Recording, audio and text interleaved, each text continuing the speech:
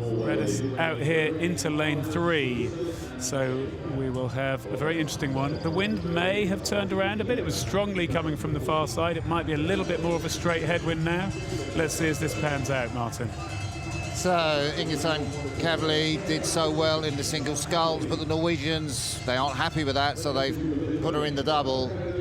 W2x, Donata Caroline, more of them down the course. The world champions and Kuta Bodnar furthest away from us. Simona Radis, she will be stroking the Romanian women's 8 in less than an hour's time. Alison Bergin and Zoe Hyde did so well to grab 4th place last year, back in form. Janine Gemelen in the stroke seat. Nina Wattenstein, we featured them in Varese where they raced just 2 weeks ago. And the Czechia double, Lenka Luxova, closest to us in the stroke seat, and her partner Anna Santrikova, the younger of the two at 23, Luxova, the veteran, at 32. There is the Lithuanian double, Rinkute, the 22-year-old, the veteran, Caroline in the bows. Last year in the Europeans, it was an incredible race. The Lithuanians led until pretty much the last stroke, where this Romanian combination got through them on the line.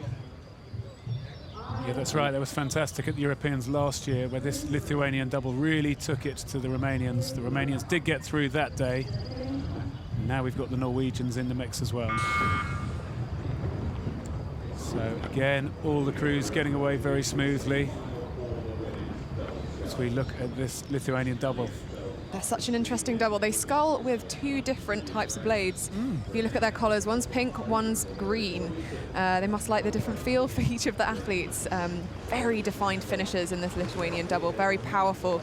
I wonder if that will help them in this headwind. So far, riding with Norwegians, they had fantastic heat straight through to the final. But all of the crews have got out cleanly and look to be crossing the line so far as we start this race. Well, there's the double from Czechia, and maybe you're right, the winds come round to more of a headwind, because we wouldn't expect to see this near side lane 6 leading. But the experience, Lenka Luxova, Tokyo Olympian, and her partner there, Anna Santrikova, coached by Joseph Lux, who's the husband of Lenka. It'll be interesting to see, like you say, this wind, if it has stabilised more and coming more from the front head on, that will be good for the quality of the race. If anything, yesterday it was the middle 1,000 really where the advantage seemed to be on that far side of the course. Yeah, we're still saying with the Czechs, I think the Lithuanians are pushing their bows through, the Norwegian trying to go with them. Bodnar and Radis, the world champions and Olympic champions, going with the field on that far side. That's where the race is going to develop as we go through this first quarter of the race. Well, there she is, Donata Caroline, 10 years since she won a European medal with Milda Valkykaite. She's got a new partner here, the mum. I know her husband and her 2 young boys, twins, will be watching back in Lithuania.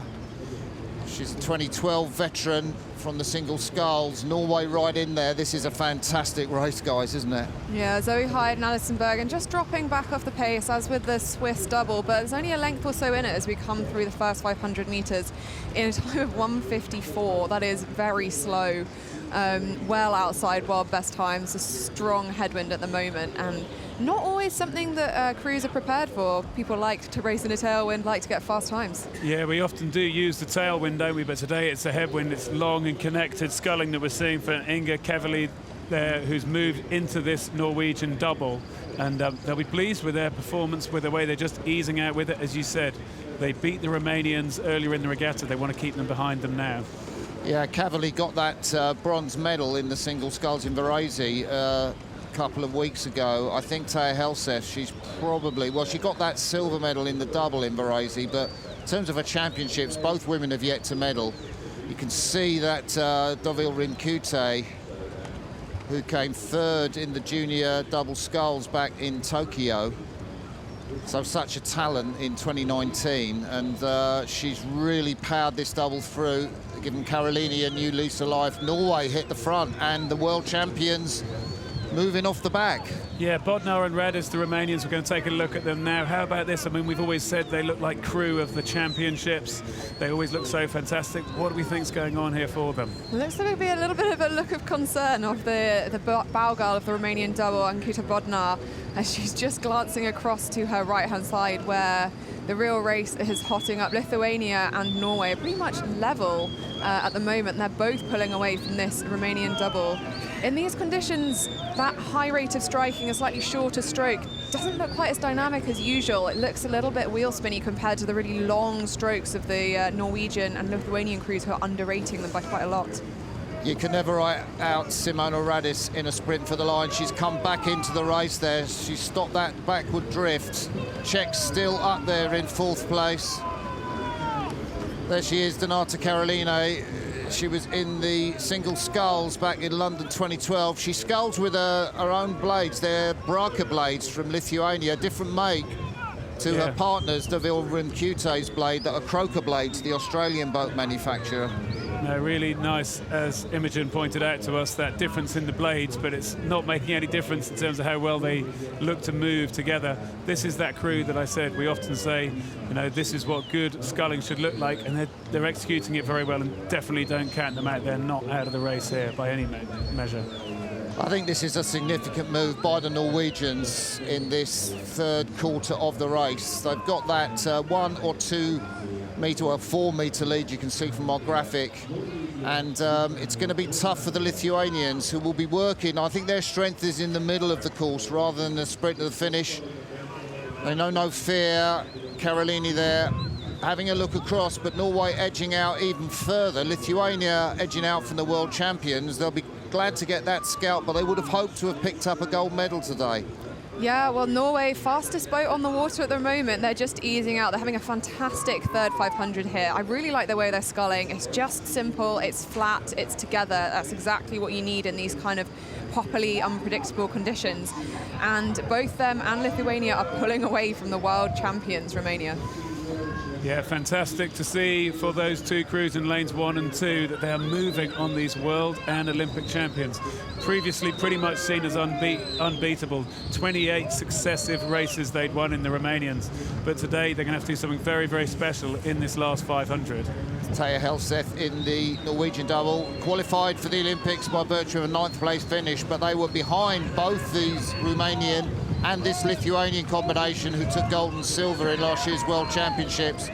What has Rimcute got in this last 500? Are we going to see the sprint from the Lithuanians through the Norwegians? I think Radis and Bodnar will have to settle for a bronze medal, and that's a story in itself.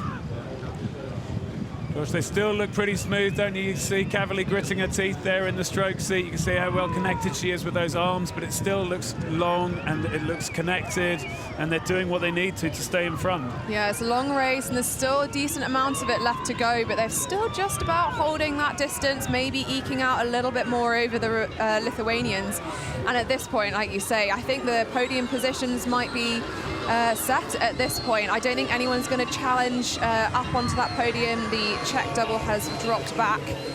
What can they do in this last 250?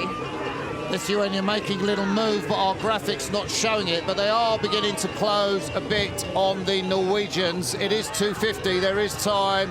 Bodnar and Radis winding it out. The Czechs on this near side, not completely out of it. Having a look at Bodnar and Radis, they're out of shot at the moment.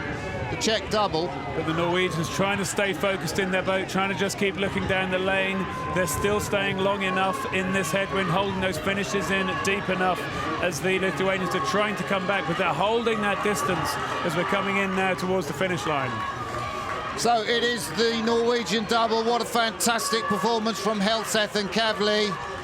Who will the Norwegian team take to the Olympics? Cavalli in the single scull, or will she now go in the double scull? Well, she's got a gold medal in the European Championships. Maybe it'll be the double. Lithuania have to settle for another silver, and Romania, well, the European champions settle for a bronze medal. The Czechs come in 4th place, very creditable for them. Ireland coming in 5th, and the Swiss double in 6th. Cavalli salutes the crowd, the competitors. Well, it's quite a question you asked, Martin, whether Cavalli would want to race in the single again or go to the double. I would have thought you'd be very wise to have a go at the double after what they've done here. Yeah, So Norway have never medalled in this boat class at the European Championships. I mean, that was an outstanding performance from them, and really brave from the Czech double on this near side in lane 6 as well. They gave it a really good go. Bodnar and Radis, their winning streak broken. Yeah. So got a feel for Donata Cavalli as well.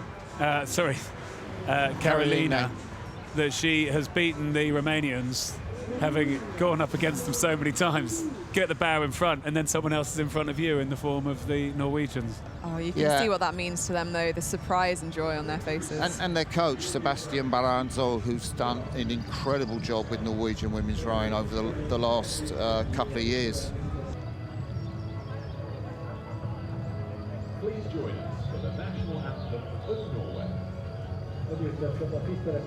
Let's hear it for our medalists.